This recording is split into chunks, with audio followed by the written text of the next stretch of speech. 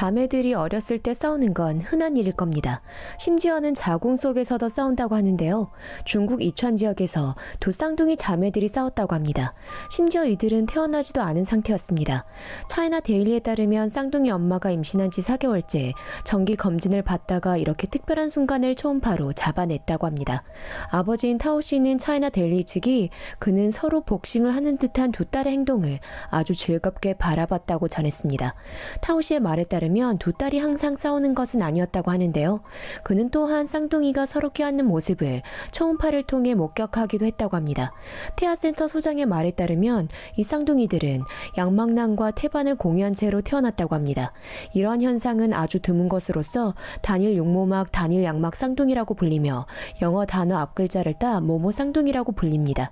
특별한 만큼 이 쌍둥이들은 높은 위험에 처해 있는데요. 26주 이후 생존할 수 있는 가능성이 50%밖에 되지 않는 것이죠.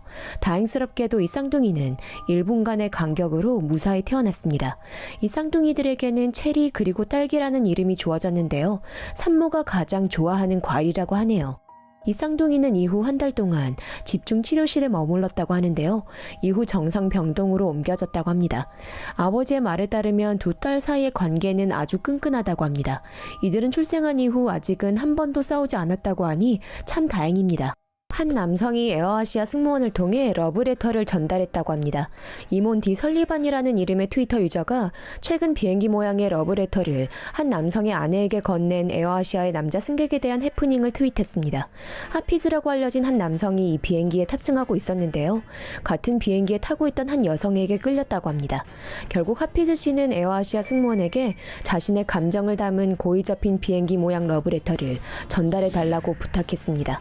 그는 자신의 감정을 표현한 러브레터 그리고 초콜릿 한 박스를 그녀에게 전달했죠. 그는 또한 전화번호를 편지에 적어넣는 것도 잊지 않았습니다. 물론 이 여성이 이 러브레터를 받았을 때 깜짝 놀랐습니다. 그러나 더욱 놀라웠던 것은 이 여성이 그녀의 남편과 탑승하고 있었던 상태였던 것이죠. 그녀의 남편은 그녀가 앉은 좌석 뒤에 앉아 있었습니다. 해당 트위터에서 남편은 이번 해프닝이 아주 재미있다고 말했다고 전했는데요. 물론 하피즈 씨는 그녀와 같은 비행기에 남편과 탑승하고 있다는 사실을 알고 창피했을 겁니다. 다행히 남편은 화를 내지 않았습니다. 이 남성은 또한 이 남자의 용기에 경기를 표했죠. 그는 또한 그가 그에게 맞는 여성을 찾기를 빌어주었습니다. 네티즌들도 또한 이번 사건을 재미있게 본 듯합니다. 하피즈 씨가 그의 참신한 방법에 걸맞는 여성을 꼭 찾기를 바랍니다. 그 모든 돈을 게임 하나에다 쏟았다고요? 대만의 한 남성이 장난감 뽑기 매력에 푹 빠졌습니다. 가족들의 돈만 낭비했을 뿐만이 아니라 그 돈을 되찾으려고 도둑질까지 했다고 하는데요. 좋은 생각 같지는 않네요.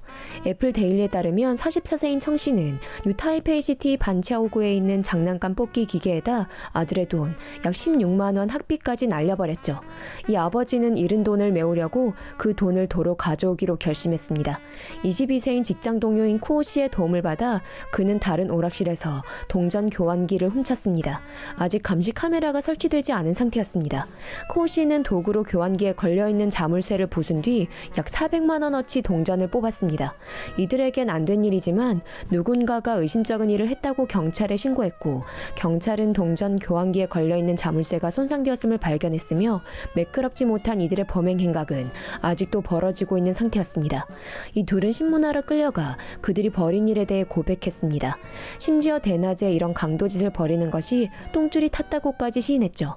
쿠오 씨는 반복해서 청 씨에게 10분 내로 할 수 있다고 설득했다고 하는데요. 말 그대로 10분 내로 도둑짓을 할 수 있었죠. 문제는 경찰도 그들만큼이나 발이 빨랐다는 겁니다. 10분 내로 출동했죠. 이 둘은 강도 행각으로 체포되었으며 뉴타이페이시 검찰청으로 옮겨졌습니다. KFC에서 1년 동안이나 공짜로 먹다 결국 체포되었습니다. 남아프리카 공화국의 한 27세 남성이 KFC에서 공짜로 음식을 먹겠다는 아주 참신한 아이디어로 1년 동안이나 버텼다고 합니다. 보도에 따르면 남아프리카 공화국의 콰줄루나탈 대학의 이 학생은 KFC 본부에서 나왔다며 직원들을 속였다고 합니다.